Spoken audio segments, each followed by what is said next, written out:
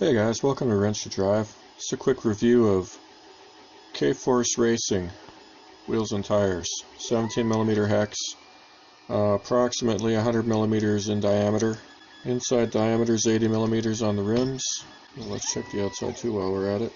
Yeah, these are 100mm tires, guys.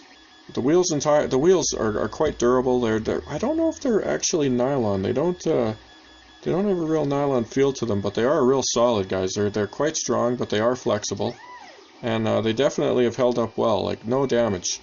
As you can see, these have a fair bit of running on them, guys, and it's been a while, so off the top of my head, I'm not 100% sure exactly how much time. At least 3-4 battery packs. That's the absolute minimum. So, an hour on a 4S car. Not terrible. You know, they don't, anytime you get these cheap tires, they do not last forever, guys, and it's a tough call. I don't know how much life a guy should expect to get out of them. They're not belted, they're just a rubber tire, so 50 miles an hour, no problem. You get up north of 50, too much, and they're definitely not going to last super long, guys. These KForce wheels and tires, guys, they're quite solid. You know, these wheels don't have as much flex as these other cheapos that I reviewed the other day. They're a little more solid, guys. The plastic's a little thicker, as you can see. I think if we can get them side by side here, it's just there's a little more meat there, guys. It's hard to show clearly, but eyeballing it, you can clearly see there's a little more there. And these ones I've run quite a bit. The wheels are real durable. I'm trying to see if there's any curb rash anywhere, because they have hit curbs. I don't really see any. Yeah, terrible glue job. I made a mess of these guys. I tried some rubber cementy, not rubber cement per se, but some rubber cementy type glue the first time, and it didn't hold super well, and then I ended up super gluing them after. And yeah, a little messy, guys. Didn't turn out super awesome, but the tires themselves, not bad. Like I said, these have a fair bit of running. And my only beef was the foam. So what I would suggest is when you get these, take off the tires, make sure that the foams are nicely glued. Just check them, you know, just kind of, you know, use a pick and maybe just peel back the foam a little bit, like just see if it peels back easy, and if it does, add some glue, guys. Add some contact cement type glue in there. Maybe re-glue the foam entirely, because you want to make sure that does not unbunch. And then what I tried is I used a piece of, I put some Gorilla Tape, just a tab of Gorilla Tape at the seam, and then I put another piece of Gorilla Tape on the other side to offset it weight-wise, so there's hopefully no vibration. With any luck at all, that will hold up, and I'll keep you posted on that. If it fails again, I will let you know.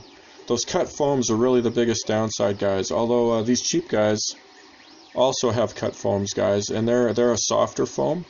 And this set, I'm going to pull them apart one of these days, and I will show you if I find any that are where the foams are an issue, guys. The first set, 3 of them were perfect. One of them, the foam had just a little bit of the edge where it wasn't glued properly. So I just added a little glue, and you know, hopefully problem solved. So far they've been fine, so that seems like it worked. So check those foams just in case. Check your suspension settings, guys. Like, make sure you don't have too much camber. If you run a lot of camber and whatnot, you're going to get uneven wear, just like I did here. Not terrible, but you know, definitely a little more to the inside. At least on the pretty close. Yeah, a little more to the inside. And with these tires, guys, if you run an aggressive setup, they really don't last. Both of these types, the KForce and the other cheapos, the rubber's fairly soft, guys. So if you run an aggressive suspension setup, you're gonna wear them out really quickly. So to keep that in mind. Overall, I wish I had a way to show you how soft these are. These are fairly soft and grippy, guys. But like I said, I was fairly cruel to them at times. You know, doing some donuts and sliding around type of thing, and you know, you can see they've held up pretty well. Not a lot of obvious signs of torment, and that's in an Arma 4S, not a super light car. On a lightweight buggy, they're going to hold up, I think, a little bit better. like a racing style buggy or something. The Arrma buggies are not super light, guys. They're definitely on the heavy side as far as RC cars go. And once again, you can clearly see there's a massive amount of tread left on the ones that I ran mostly on the front. So I'll swap those to the back, and I should get a decent amount more life out of them for sure. One thing to note, guys, the KForce are slightly smaller diameter than the Amazon cheapos. I don't know what brand these are, but these other ones are. But you can see they're a little smaller, guys. So if you're running four-wheel drive, that's probably enough that from front to back it's going to be a little bit of an issue, guys. You want to run the same size tires. So not really compatible directly, I would say. I mean, if you do, yeah, whatever. You know, you take your chances, right? If you got a car with a center diff, you should be okay, I think. Not 100% sure. I haven't actually run anything like that myself. But in terms of appearance, I actually like the KForce wheels better. I like these kind of snowflake type jobbies. I think they look pretty spiffy. So if that's your thing, they definitely they look pretty good. And like I said, they are durable, no troubles whatsoever. The price on these KForce wheels, guys, is about $30, a little over 30 these days. I got them significantly cheaper than that, but I bought them like 2.5 years ago, and they were much cheaper back then. They were closer to 20. I got a really good deal on them. Now they're 30. I would say they're worth 30 bucks, guys. They're not bad. You know, I prefer them to these other cheapos, but the other cheapos are 24 right now. A lot cheaper, guys. So do I prefer them $6 worth? Probably not. It's a close call.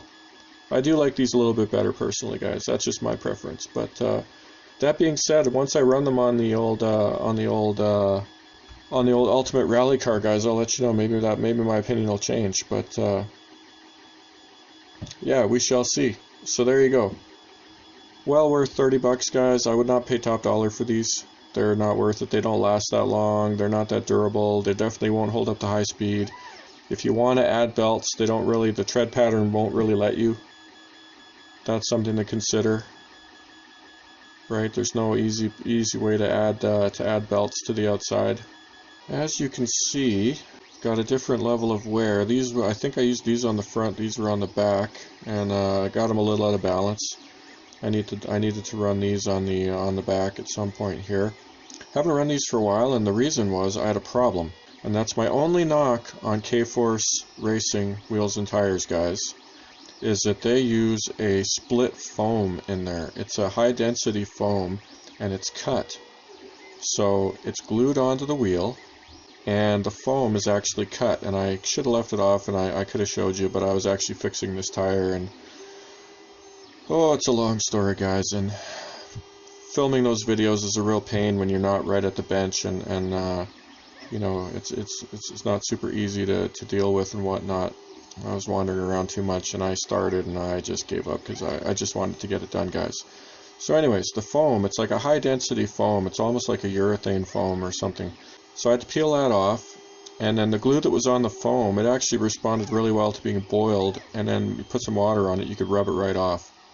And the reason you want to do that is so that you can stick it back on, guys. And the problem I had was that the foam, where it was cut, it bunched up underneath the tire under braking, and there's a big lump, and it was really bad. It would vibrate horrendously on the car, and I didn't notice right away.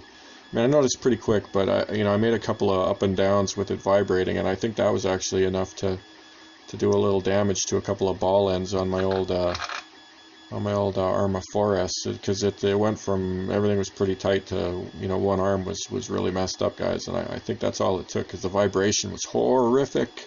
Like, wow. I mean, I knew something wasn't right. I just didn't notice right away exactly what it was, and then when I figured it out, I was like, whoa, stop driving that. Now, I was a little bit lucky at first. I could unbunch it and kind of get it to go flat, but every time you hit the brakes, it would just bunch up again, guys. So it was a problem. And I meant to pull these apart and try fixing it, and I just hadn't got around to it for quite a while. And so I boiled this tire for about half an hour, and that was enough to soften up the glue and let me peel it back and re-glue the foam. So fingers crossed, hopefully it actually works. I'll get a few more miles out of these. What I am going to do, and I will do a video to show you that, is I'm going to use some shoe goo to build up the sidewalls on the two that are fairly worn out. You can see that they're quite rounded off, guys. And these tires were holding up pretty well, guys. Like you know, the rounding off doesn't seem to be an issue performance-wise, but definitely a bit of an issue just in terms of that. I think that's going to be where it fails. And I mean, the tread's obviously pretty worn off too, so these were getting thin, guys. Yeah, I mean, I think the sidewalls are likely to be the biggest problem, which is usually the case with cheap tires, guys. But you can see the two that are still in pretty good shape. You know, they're a little rounded off. Oops, sorry, bad view there. A little rounded off, but, you know, they're still in pretty good shape. Got some tread, holding up not too badly. A little bit of excess wear on the inside on this one. Not too bad, though. Not sure why that is, but it doesn't really matter. So they do hold up pretty well, guys. The rims are quite durable. The rubber is not terrible.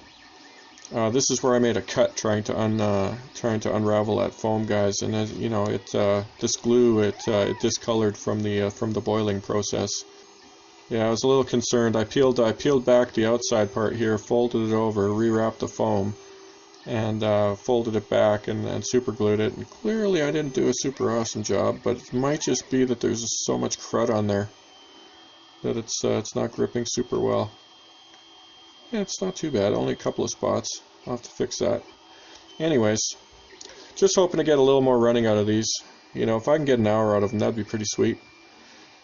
Because you can pretty much wear out a set of these cheap street tires in an hour of running. If you run hard, got a heavy finger, you know, doing lots of drifting around, sliding around type of thing, they definitely don't last forever, guys.